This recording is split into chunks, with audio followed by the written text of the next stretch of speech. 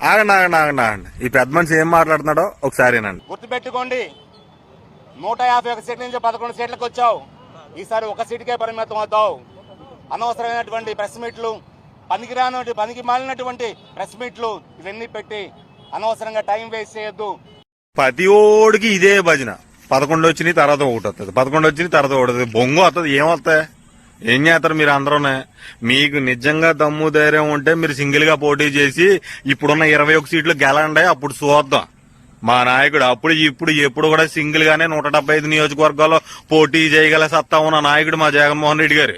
మీ నాయకుడు అలా కాదు, ఒక ఎమ్మెల్యే అవడానికి నానా తంటాలు పడ్డాడు. పార్టీ పెట్టినప్పటి నుంచి కూడా సింగిల్ గా పోటీ చేయలేక సతికిలు పడిపోయి ఆడి పార్టీతో ఈడి పార్టీతో పొత్తులు పెట్టుకుంటేనే గాని ఎమ్మెల్యే అవ్వలేని పరిస్థితి మీ నాయకుడి పరిస్థితి.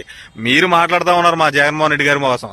అయినా గాని ఒక్క మాటతో కానివ్వండి, మీ కూటమిలో ఉన్న కూలీలందరూ దెబ్బకి కుదేలు అయిపోయింది. ఒక్క మాటతో అట్లా ఉంటది. మరి ఈసారి ఒళ్ళు దగ్గర పెట్టుకుని మాట్లాడండి. దేనికైనా కానండి.